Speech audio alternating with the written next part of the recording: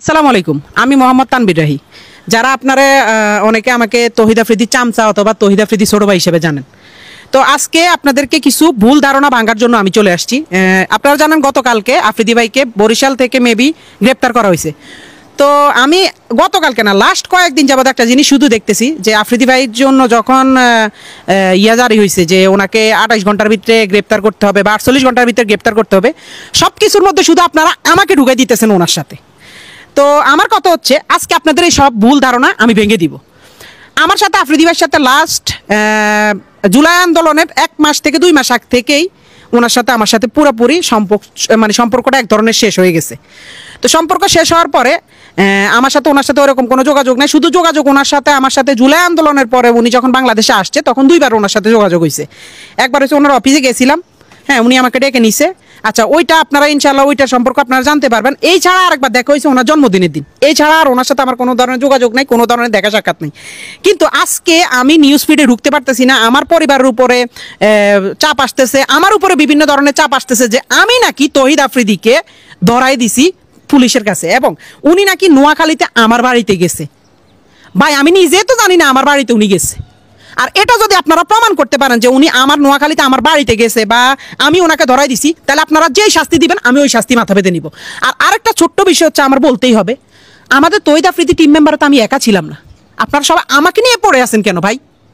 আমাদের টিম মেম্বারে তো আমি একা ছিলাম না, আরো 10 জন 15 জন আছে, তাদের নিয়ে কথা বলেন না কেন? সারাক্ষণ আমার নিয়ে পড়ে আছেন কেন? আমি তো এটা বুঝতেছি না। আর আপনারা যারা আমার বলতেছেন যে আমি তারা ধরাই দিছি, ভাই, ওনার আব্বারে মেবি ধরছে রবিবারে। তো প্রথম থেকে আমি আজকে ওনাকে ধরা পর্যন্ত আজকে প্রায় মেবি 1 সপ্তাহ হয়েছে। এই 1 সপ্তাহ আমি সিআইডির আন্ডারে ছিলাম। আমার মোবাইল, আমি নিজে কোথায় যাই, কখন কি করি না করি, সব কিছু আমার সিআইডির আন্ডারে। ইভেন আমি সবচেয়ে বেশি ফেস করতে হয়েছে, এগুলো তো আমার যেমন কি হয়েছে আমি তো আপনাদেরকে বলি। ওনার আব্বারা যেদিন ধরে নিছে, ওই দিন সকাল 12টা কি 1টার দিকে আমাকে বসুন্ধরা থেকে সিআইডি অফিসাররা ধরে। বসুন্ধরা থেকে আমি আর আমার এক বড় ভাই গেছিলাম গাড়ি কিনতে, ওইখান থেকে আমাদেরকে ধরে আমাদের সজল ভাই দোকানে সজল ভাই সহ আমাদেরকে জিজ্ঞাসাবাদ করা হয়েছে, আমার মোবাইল ট্র্যাক করা হয়েছে, আমার মোবাইলে সব কিছু ঘাটাঘাটি হয়েছে এবং সব কিছু দেখছি। ইভেন এরপরও প্রতিদিন আমাকে ধরা হয়েছে। তারপরে আমি একজনের ভিডিও দেখছিলাম, আমেরিকান, আমার এক বড় ভাই আছে হিমেল ভাই, তারপর ইলিয়াস ভাই, ওনাদের ভিডিও দেখছিলাম। ওনারা ওইটার মধ্যে যখন আমারে জড়ানো শুরু করছে, তখন আমি দেখলাম যে ভাই, আমি ওনার সাথে সংযুক্ত না বা ওনার সাথে আমার যোগাযোগ না। ওনার বিয়েতে পর্যন্ত আপনারা আমার দেখেন নাই, লাস্ট ওনার বিয়েতে পর্যন্ত আমরা দেখেন। হ্যাঁ, উনি আমার ভাই, উনি আছে, উনি ওনার মতো, আমরা আমার মতো। উনি ওনাদের মতো কাজ করছে, আমরা আমাদের মতো কাজ করতেছি। ওনার সাথে আমার প্রায় 1 থেকে 1 বছর 2-3 মাসের মতো ওনার সাথে কোনো ধরনের যোগাযোগ নেই। ওনার সাথে সিআইডি অফিসাররা তো সব জানে বা স্যাররা তো আমার অল টাইম তদন্তের মধ্যে রাখছে। ওনারা তো দেখছে। উনি যদি আমার নোয়াখালীর বাড়িতে যাইতো, ভাই, আমি নিজে জানি না। আমি তো পুলিশের কাছে, আমি নিজে তো সিআইডি অফিসারদের কাছে জিম্মি বলতে ওনারা আমার তদন্ত করতেছে। তো ওনারা কি তদন্ত করে জানতো না যে আফ্রিদি ভাই কই? আফ্রিদি ভাই কি নোয়াখালী গেছে না কোন জায়গায় গেছে? ভাই, আমরা যদি জানতাম তাহলে তো আর আমরা সিআইডি অফিসারের কাছে থাকতাম না। আমগরে তো উনি তো ধরাই খেয়ে যেত। ওনারা ধরতে এত টাইম লাগছে কেন? তো ওনার সম্পর্কে, এইসব সম্পর্কে আমাদের কোনো ধারণা ছিল না, কিন্তু আমরা পুলিশের ইয়াতে ছিলাম। তো পুলিশ দেখছে আমাদের সাথে ওনার সাথে কোনো ধরনের কানেক্টিং নাই, ওনার সাথে কোনো ধরনের কথাবার্তা নাই। কিন্তু বিভিন্ন নিউজ চ্যানেলেরা লম্বা লেকচার পিটতেছে, লম্বা কথা বলতেছে যে তৌহিদ আফ্রিদির চামচা, তৌহিদ আফ্রিদিকে ধরাই দিছে, সে একটা বিশ্বাসঘাতক, সে একটা এটা সেটা। ভাই, এসব মিথ্যা বানোয়াট আপনি যে আমার মুখ থেকে শুনছেন, আমার থেকে জানছেন, না জেনে না শুনে আপনি কেন এসব মিথ্যা বানোয়াট কথা বলতেছেন? এসব মিথ্যা নিউজ কেন ছড়াইতেছেন? উনি কি করছে, ওনারটা আইন আদালতে বুঝবে। আমি যদি কোনো দোষ করে থাকি, আমারটাও আইন আদালতে বুঝবে। তা ওনার দোষ আমার উপরে কেন চাপাইতেছেন? আমার টিমে তো আমি একা ছিলাম না, আমার টিমে আরো 10 জন ছিল। ওদেরকে নিয়ে কথা বলতেছেন না, শুধু আমাকে নিয়ে কেন পড়ে আছেন? আমি কি বলেন? আমি কি একটা ফুটবল যে আমার পাইছেন? হ্যাঁ, আমি ফুটবল বুঝছি, আমার পাইছেন, শুধু লাথি দিবেন এটা হলে তো হবে না ভাই। আপনি আপনার বিবেককে প্রশ্ন করেন। আপনারা আমার নামে মিথ্যা নিউজ, মিথ্যা বানোয়াট কথা ছড়ানোর তো কোনো লাভ নাই। মিথ্যা বানোয়াট ছড়ায় আপনার কি লাভ হবে? সঠিক তথ্য আমি একটাই বলি, আমি নিজেই আজকে লাস্ট 1 সপ্তাহ থেকে পুলিশের কাছে ছিলাম। ইভেন আমি যখন দেখছি যে আমার বিষয়টা বেশি হয়, তখন আমি ইলিয়াস হোসেন ভাইয়ের সাথে কথা বলছি এবং হিমেল ভাইয়ের সাথে কথা বলছি। ওনারা বলতে যে তোমার যেহেতু তদন্ত করা হয়েছে, যেহেতু তুমি নির্দোষ, তো তুমি তোমার মতো। কারণ ভাইয়ার ওই সব বিষয় আমাদের কোনো কিছু ধারণাই নাই। আর অনেকে আমার নিয়ে পোস্ট করছে আমি জুলাই আন্দোলনে 2 তারিখ 3 তারিখ 5 তারিখ নাকি তহিদ আফ্রিদির সাথে তাদের মাইটি বেঁধেছিলাম। আরে ভাই আপনাকে কি মাথা সমস্যা? আপনারা কি আমার ফেসবুকে যায় দেখতে পারেন আমি কোথায় ছিলাম, কি ছিলাম? বা আমার নোয়াখালীর ভাই ব্রাদাররা আমার যারা আমার লগের আন্দোলনে গেছে তারা কি জানে না আমি কই আছিলাম? আমি জুলাই মাস, আগস্ট মাস, সেপ্টেম্বর মাস গত বছর নোয়াখালীতে ছিলাম, কারণ তখন বন্যা হয়েছিল, আপনারা ভালো করে জানেন। তখন বন্যার সময় বন্যা হয়েছিল।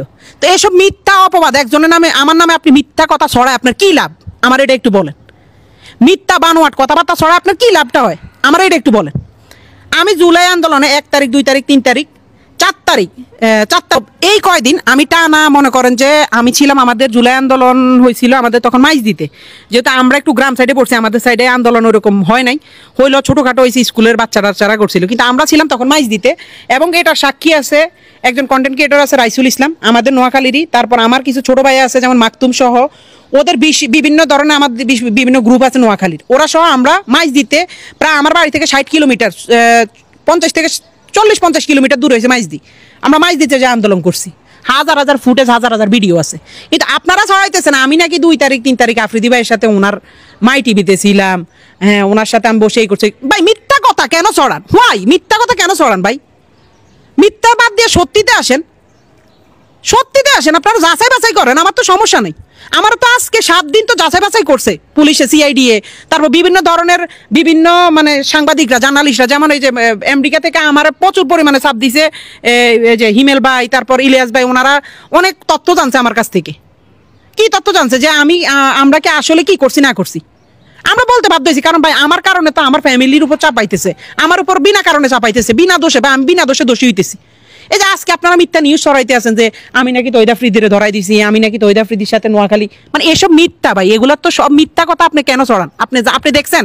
আমার কথা হচ্ছে আপনি যদি দেখেন, প্রমাণ করতে পারেন, আপনি যে শাস্তি দিবেন আমি ওই শাস্তি মারামাতে নিব, যদি এই কথা উল্টা পাল্টা মিথ্যা কথা আপনারা করতে পারেন।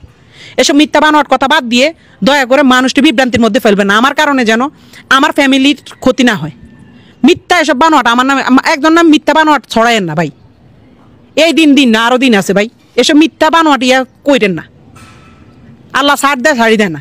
তো আপনি আমার নামে আজকে মিথ্যা একটা বানোয়াট দিয়ে আমারে হেনস্থা করবেন, আমারে মানুষের কাছে কালার করবেন, আমার পরিবারের কাছে আমার ছোট করবেন, আমার আত্মীয় স্বজনের কাছে আমার ছোট করবেন, কালকে যে ওই দিনটা আপনার লাইফে আসবে না তা কিন্তু না। তো একজন বন্ধু, সে আমার বড় ভাই, তার সাথে আমার সম্পর্ক নাই, ঠিক আছে, হ্যাঁ তার সাথে আমাদের সম্পর্ক নাই, কোনো সমস্যা নেই, কিন্তু একটা জিনিস কি, তার কারণে আমার কারণে আমি কোনোদিন তার কোনো ক্ষতি করিনি, এবং তারা ধরে লই গেছে ওইসব বিষয় আমরা জানিও না। তার কারণে আরো আমরা হেনস্থার মধ্যে পড়ছি, তার কারণে আরো আমরা বিভিন্ন হয়রানির মধ্যে পড়ছি, তার কারণে আমরা দিনের পর দিন আমরা খুব ঝামেলার মধ্যে পড়ছি, কিন্তু আমরা তো এগুলো নিয়ে কোনোদিন কিছু বলিনি।